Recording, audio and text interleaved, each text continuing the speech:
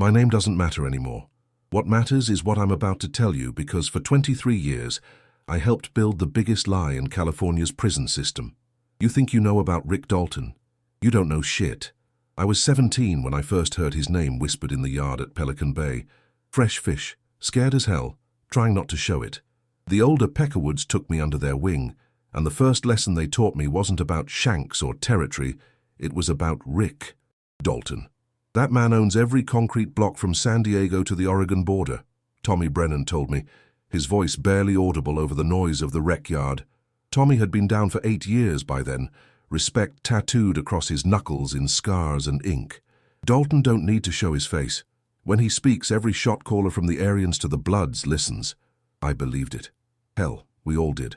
Dalton was our bogeyman, our ghost king. Guards would mention his name when they wanted to. Scare new inmates straight. Keep acting up and Dalton's people will sort you out.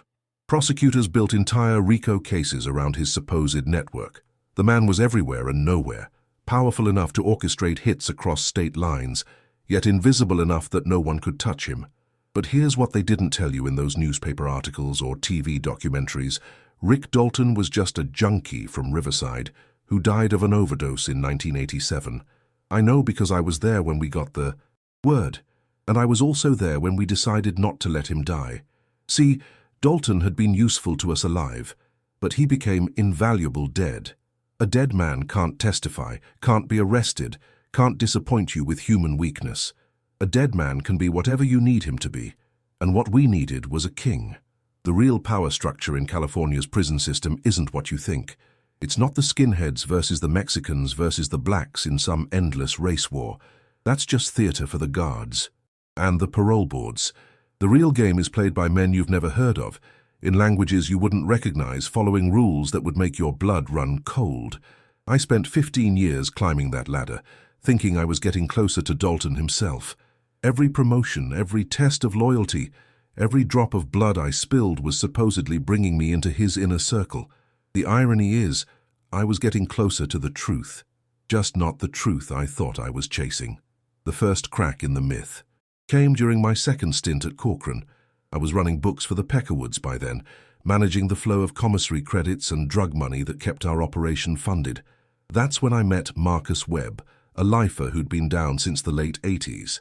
Webb was old school, respected across racial lines, something you don't see much of anymore. One night during lockdown, Webb caught me alone in the law library. "You still chasing ghosts, white boy?" he asked, settling into the chair across from me with the careful movements of a man whose body had been broken by decades of concrete and steel. "I don't know what you mean," I said, but something in his eyes told me I was about to find out. "Rick Dalton," Webb said, and for the first time in years, I heard that name spoken without reverence or fear. "You kids still think he's pulling strings from some penthouse in Beverly Hills?" That's when Webb told me about the council. Not the Aryan Brotherhood Council, not the Mexican mafias.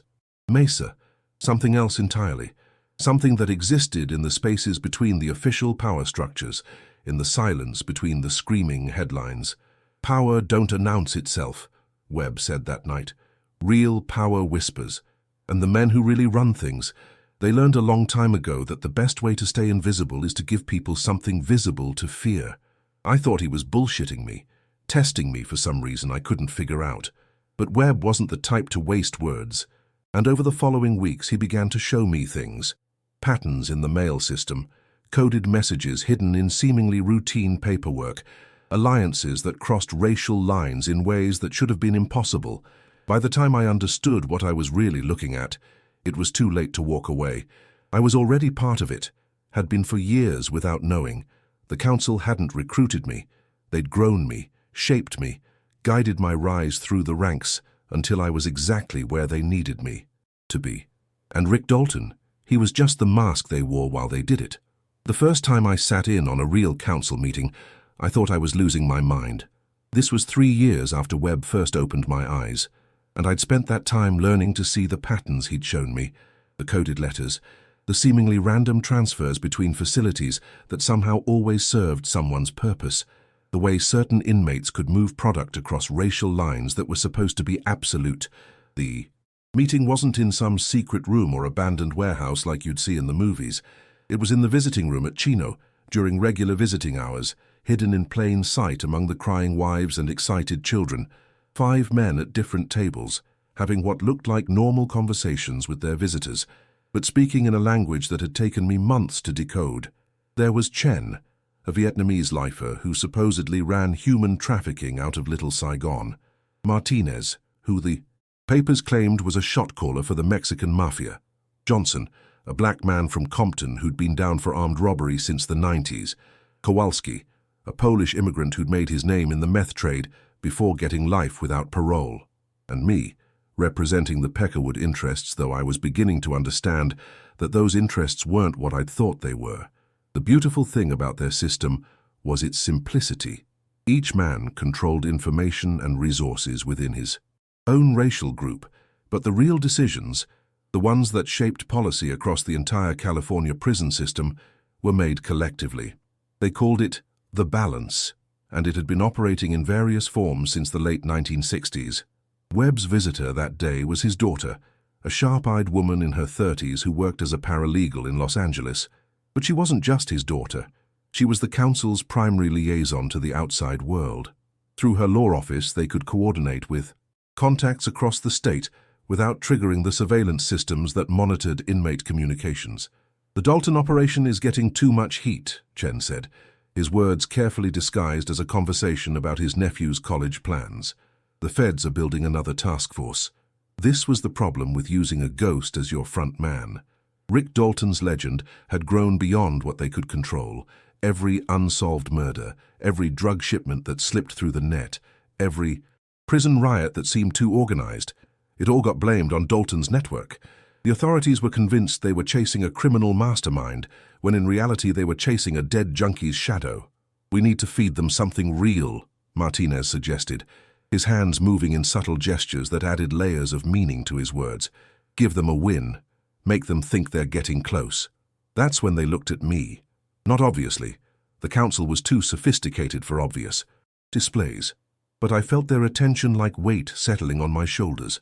I was still relatively young, still had connections on the outside, still had enough freedom of movement to be useful. Most importantly, I was expendable in ways that the true architects of the system were not. Over the following months, they began to prepare me for sacrifice. Not death, that would have been wasteful. But they needed someone to play Rick Dalton for the authorities, someone who could give the feds a face to, arrest and a story they could believe. In exchange, my family would be protected, my debts forgiven, and my eventual release guaranteed through channels I couldn't see but had learned to trust. The plan was elegant in its brutality. I would break under interrogation, reveal just enough of the truth to seem credible while protecting the council's actual operations. I would give them names of dead men and closed networks, lead them to stash houses that had already been emptied, finger co-conspirators who were already planning to disappear. And at the center of it all would be Rick Dalton, not as the puppet master they thought he was, but as the victim of his own success, a small-time dealer whose reputation had grown beyond his abilities until he'd become a target for every ambitious criminal in the state. It was a good story, clean, believable. It explained the inconsistencies in Dalton's legend without revealing the truth behind them. And it would buy the council another decade of invisibility, while the authorities congratulated themselves on solving California's biggest mystery. But as the date of my capture approached, I started to understand something that chilled me more than any shank to the ribs ever could. The council wasn't just using Rick Dalton's ghost to hide their operations. They were using it to test their control over the entire system. Every time a prosecutor built a case around Dalton, every time a judge sentenced someone based on their supposed connection to his network, every time a guard used his name to intimidate an inmate, they were proving that the council could shape reality itself. They weren't just criminals hiding behind a dead man's reputation. They were puppet masters who'd learned to make the entire justice system dance to music only they could hear, and I was about to become their newest instrument. The week before my arrest, Webb pulled me aside one last time. We were in the chapel, surrounded by the kind of genuine silence that's rare in prison. Even the most hardened inmates tend to lower their voices in the presence of whatever gods they've turned to in their desperation. "You understand what you're walking into?" he asked. I nodded, though I wasn't sure I understood anything anymore. The council's been operating for 47 years, Webb continued, longer than most of these guards have been alive, longer than some of these prisons have existed. We've survived gang wars, federal C, investigations, administrative reforms, and budget cuts that shut down entire facilities. You know why? I waited. Because we never forget that the system isn't our enemy. It's our ecosystem. We don't fight it. We feed off it. Every law they pass, every security measure they implement, every task force they create, it all just gives us new ways to exercise control. The moment you start thinking you're at war with the system is the moment you've already lost. 3 days later, I walked out of prison for the last time as a free man. Not because I was being released, but because freedom and captivity had lost all meaning in the world I now inhabited. I was Rick Dalton now, or at least I would be, once the FBI finished building their case around me. But first I had to survive long enough to play my part. The safe house in Bakersfield was exactly what you'd expect from a federal operation: generic apartment complex, beige walls, furniture that looked like it came from a government surplus store. But it wasn't the FBI that put me there. It was the council, preparing me for the role I was about to play, making sure every detail of my performance would be convincing enough to sell the lie they'd been building for decades. Maria Santos was my handler, though she didn't know it. To her, she was just a paralegal doing favors for Webb's daughter, helping a recently paroled inmate get back on his feet. What she didn't know was that every document she filed, every phone call she made on my behalf, every piece of paperwork she processed was creating the paper trail that would eventually lead the FBI right to my door. "Your parole officer seems like a real hard-ass," she said one afternoon, reviewing the conditions of my release. 3 check-ins a week, mandatory drug testing, can't leave Kern County without permission. They're really keeping you on a tight leash. I nodded and played the grateful ex-con, but what I was really thinking about was the elegance of the council's plan. Every restriction on my movement, every bureaucratic hoop I had to jump through was actually protection. When the feds finally came for me, they'd find a man who'd been under constant supervision since his release, whose every move had been documented and accounted for. How could someone under such tight surveillance possibly be running a statewide criminal empire? The answer, of course, was that he couldn't. But by the time they figured that out, the real story would be so deeply buried under layers of misdirection and manufactured evidence that the truth would seem less believable than the lie. My first real test came 6 weeks after my release. I was working at a tire shop in downtown Bakersfield, keeping my head down and following all the rules, when a man named Eddie Vasquez walked through the door. Eddie was Peckerwood, but not the kind I'd known in prison. He was free world, connected to networks that stretched from the Central Valley to the Oregon border. "Heard you might be looking for work," he said, lighting a cigarette despite the no smoking signs posted around the shop. Real work, not this minimum wage bullshit. This was the moment I'd been prepared for, the first domino in a chain that would eventually lead to my arrest as Rick Dalton. Eddie represented everything the authorities expected to find when they started digging into my background: connections to drug trafficking, weapons dealing, and the kind of organized crime that politicians love to rail against during election years. "I'm on parole," I told him, playing my part. "Can't afford to fuck around." Eddie smiled, and I could see gold teeth gleaming in the fluorescent light. "That's what makes you perfect, Hermano. Clean record since you got out, steady job, all your check-ins on time. Who's going to suspect the model parolee?" Over the following months, Eddie drew me deeper into what appeared to be a drug distribution network centered in California's agricultural heartland. We moved product from Mexico through established smuggling routes, laundered money through legitimate businesses, and maintained discipline through violence that was swift, brutal, and calculated to send messages that would echo throughout the criminal underworld. But here's what the FBI surveillance teams didn't understand as they built their case against me. Every operation Eddie ran had already been compromised before it began. The council knew about every shipment, every payment, every meeting. They allowed just enough success to make the network seem real, while ensuring that any serious damage to their actual operations was impossible. The beauty of it was that Eddie didn't know either. To him, I was exactly what I appeared to be, a hardcore con with the connections and credibility to help him expand his territory. He had no idea that his entire organization existed to create the illusion of Rick Dalton's criminal empire. The council's real operations continued behind this. Elaborate theater, invisible to law enforcement agencies that were convinced they were on the verge of the biggest bust in California history. Chen's human trafficking networks operated through legitimate businesses that looked like model corporate citizens. Martinez's drug distribution used routes and methods that had never appeared on any law enforcement radar. Johnson managed protection rackets that masqueraded as community development programs. And through it all, Rick Dalton's ghost grew, stronger, fed by every arrest Eddie's network generated, every seizure of drugs and weapons, every witness who testified about the mysterious figure who supposedly controlled it all from the shadows. The irony wasn't lost on me. I'd spent years trying to climb the ladder toward Dalton's inner circle, not realizing that I was actually moving away from real power with every step I took. The council had been watching me the entire time, measuring my usefulness, testing my loyalty, preparing me for the role I was now playing. My arrest, when it finally came, was almost anticlimactic. No dramatic raid, no shootout with heavily armed agents. Just a knock on my apartment door at 6 a.m. on a Tuesday, followed by the ritual of handcuffs, rights, and the long ride to the federal building in downtown Los Angeles. But as I sat in that holding cell, waiting for my first interrogation, I felt something I hadn't expected. Relief. Not because I was looking forward to prison. I'd done enough time to know exactly what waited for me there. The relief came from knowing that I was finally going to stop pretending. For the first time in years, I was going to tell someone the truth, not the whole truth. That would destroy everything the council had worked to build and would probably get me killed in the process. But enough truth to serve justice in a way that the system could accept.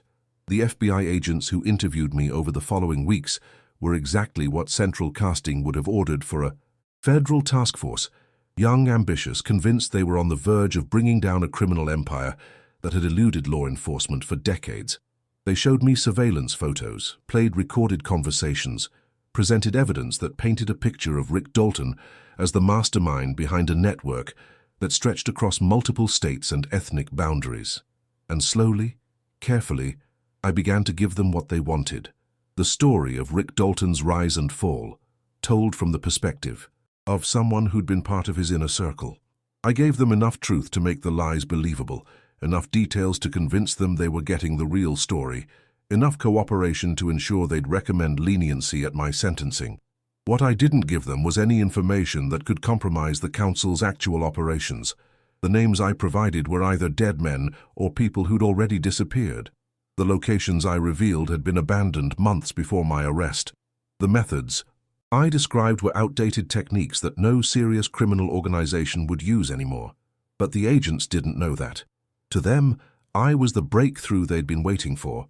The insider who could finally explain how Rick Dalton had managed to stay invisible for so long while building one of the most powerful criminal organizations in American history. The truth, as always, was more complex and more disturbing than anything they could have imagined. 15 years. That's what I got. For being Rick Dalton. Or at least for playing him long enough to satisfy the federal government's need for a villain they could put in a cage. The judge called me a corrosive influence on society and a manipulator who used the prison system as a base of operations for criminal enterprise. The prosecutors held press conferences about dismantling a multi-state drug trafficking organization. The media wrote stories about the fall of California's most elusive crime boss. None of them understood that they'd just sentenced a ghost to prison. My return to the system was different this time. Word of my arrest had spread through the prison networks long before I arrived at my new facility, and the story that circulated had very little to do with the truth. According to yard gossip, I'd been Rick Dalton's lieutenant, brought down by federal surveillance that had finally penetrated his organization's security. Some versions of the story had me cooperating with the authorities. Others painted me as a stand-up con who'd taken his weight without snitching. Both versions were useful to the council, in different ways. The inmates who believed I was a snitch gave me the kind of isolation that protected me from casual violence, while allowing the council's representatives to approach me without attracting attention. The ones who thought I was solid afforded me the respect that came with being connected to legendary figures, even fallen ones. Either way, I was insulated from the general population's politics while remaining accessible to the people who mattered. Webb was waiting for me when I arrived at my new facility. He'd been transferred there 6 months earlier. Not coincidentally, I was beginning to understand. Nothing in the council's operations was left to chance, and my transition back into the system had been planned as carefully as my arrest. "How do you feel about being dead?" he asked during our first conversation in the law library. It was a fair question. As far as the outside world was concerned, Rick Dalton, the criminal mastermind, had been captured and neutralized. The FBI had closed their task force, the prosecutors had moved on to other cases, and the media had found new villains to write about. The ghost was finally at rest. But inside the system, the council's operations continued without missing a beat. If anything, my arrest had strengthened their position by removing the one symbol that had attracted too much law enforcement attention. They were free to operate in the shadows again, invisible and untouchable. "Feels like freedom," I told Webb, and I meant it. For the first time since my original arrest 23 years earlier, I understood my place in the system. I wasn't climbing toward power anymore, wasn't chasing ghosts or building reputation. I was exactly where I needed to be, doing exactly what I was supposed to do, serving time for crimes that had been committed by men whose names would never appear in newspaper headlines. The council's new operations were more sophisticated than anything they'd attempted during the Dalton years. Instead of relying on a single symbolic figure to distract law enforcement, they'd learned to distribute their mythology across multiple smaller networks. There was no longer one criminal mastermind for the authorities to focus on. There were dozens of mid-level operators, each appearing to run independent organizations that occasionally crossed paths in ways that seemed coincidental, but were actually carefully orchestrated. Chen had expanded his human trafficking operation by partnering with legitimate employment agencies that specialized in placing immigrant workers in agricultural jobs throughout the Central Valley. On paper, his network looked like a model of successful economic integration. In reality, it was a systematic exploitation of vulnerable populations that generated millions of dollars in revenue, while remaining virtually invisible to law enforcement. Martinez had evolved his drug distribution network into something that resembled a franchise operation, with independent cells handling specific aspects of the supply chain while maintaining plausible deniability about their connections to the larger organization. Each cell appeared to be a family operation run by people with legitimate reasons for transporting goods across state lines. Johnson's protection rackets had become community development programs that channeled federal grants into inner-city neighborhoods while skimming profits through a web of consulting contracts and administrative fees. His organization looked like exactly the kind of grassroots initiative that politicians loved to fund and community leaders loved to praise.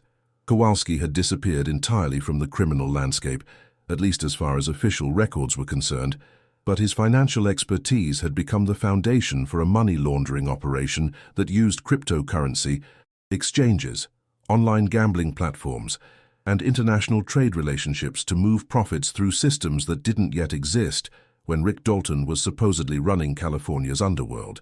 And through it all, the council maintained the balance that had kept them in power for nearly 5 decades.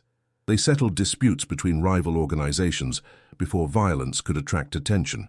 They managed the flow of drugs and weapons to ensure that no single network became powerful enough to threaten their authority. They influenced legislation through campaign contributions that appeared to come from legitimate sources, but actually represented the collective interests of California's most successful criminal organizations. The system they'd built was more than just a criminal enterprise. It was a shadow government that operated parallel to official authority structures while remaining completely hidden from public view. They didn't just commit crimes, they managed the criminal justice system's response to crime in ways that served their long-term interests. My role in this new paradigm was simple. I was the living embodiment of their previous success, proof that even their failures were actually victories in disguise. Every day I spent in prison was another day that Rick Dalton remained safely dead, another day that the authorities congratulated themselves on solving a mystery that had never actually existed. But as my sentence wore on, I began to understand that the council had given me something more valuable than protection or reputation. They'd given me perspective. From my cell, I could see the entire system with a clarity that had eluded me when I was part of it. I could see how the various networks interconnected, how decisions made in one facility rippled across the entire state, how seemingly random events were actually part of patterns that had been developing for decades. And I could see something else. The council was getting old. Webb was in his 70s now, his health declining despite his sharp mind. Chen had developed diabetes that wasn't being properly managed by the prison medical system. Martinez had survived 3 heart attacks and was living on borrowed time. Johnson's arthritis had progressed to the point where he could barely write, much less manage the complex communications that kept his networks operational. The men who'd built this shadow empire were human, and like all humans, they were mortal. They'd created something larger than themselves, something that could survive their individual deaths, but they hadn't solved the fundamental problem of succession. How do you transfer power in an organization that officially doesn't exist? How do you train the next generation of leaders when the current generation's greatest achievement is remaining invisible? These were questions that kept me awake during the long nights in my cell, staring at the ceiling and trying to understand what I'd become part of. I was no longer Rick Dalton's ghost. I was something new, something that didn't have a name or a legend attached to it. I was a witness to history that would never be written, a custodian of secrets that would die with me unless I found a way to pass them on. That's why I'm telling you this story, not because I want redemption or recognition, but because someone needs to understand what really happened during those decades when California's criminal underworld seemed to operate according to rules that nobody could figure out. Someone needs to know that Rick Dalton was never the monster they thought he was. He was just a mask worn by monsters who were smart enough to stay hidden. The council is still out there, though it's not the same organization it was when I first encountered it. The old men who built it are dead or dying, replaced by a new generation that learned different lessons from different mistakes. They don't need ghosts like Rick Dalton anymore because they've learned to make themselves invisible in plain sight, to build criminal empires that look like legitimate businesses, to exercise power through influence rather than violence. But they're still there, still pulling strings, still maintaining the balance that keeps California's underworld stable and profitable. They've survived federal investigations, gang wars, economic recessions, and political upheavals that have destroyed other criminal organizations. They've adapted to new technologies, new law enforcement, techniques, and new social realities, while maintaining the core principles that made them successful in the first place. They are the invisible hand that shapes the criminal justice system from within, the shadow government that operates behind every headline about gang violence and drug trafficking. They are the truth behind every legend, the reality behind every ghost story, the architects of a system that most people don't even know exists. And now you know too. The question is, what are you going to do with that knowledge? Epilogue. After the confession. I'm scheduled for release in 18 months. Minimum security facility, model prisoner, good behavior credits. All the things that make the parole board believe in rehabilitation and second chances. They think they're releasing a broken old man who's learned his lesson about the consequences of criminal enterprise. They have no idea they're about to set free the only person alive who understands how power really works in this state. I won't go back to the life I knew. The council doesn't need me anymore, and I don't need them. I've served my purpose as Rick Dalton's ghost, and that story is finished. But there are other stories that need to be told, other truths that need to be preserved before the people who lived them take their secrets to graves in prison cemeteries. The system that created Rick Dalton is still out there, still growing, still adapting to new realities and new opportunities. It doesn't need legends anymore because it's learned to make itself legendary in ways that don't attract attention. It doesn't need fear because it's learned to inspire loyalty through more sophisticated means. It has become exactly what the council always intended it to be: invisible, untouchable, and absolutely essential to the way things really work in California. And that's the most terrifying truth of all. End of confession. This account was recorded over a period of 6 months through a series of interviews with the unnamed narrator. His identity has been protected at his request, and certain details have been altered to prevent identification of individuals who may still be at risk. The authenticity of these claims cannot be independently verified, but supporting documentation and corroborating sources suggest that the essential elements of this story reflect genuine events and ongoing criminal enterprises. The narrator was released from federal custody in March 2024. His current whereabouts are unknown,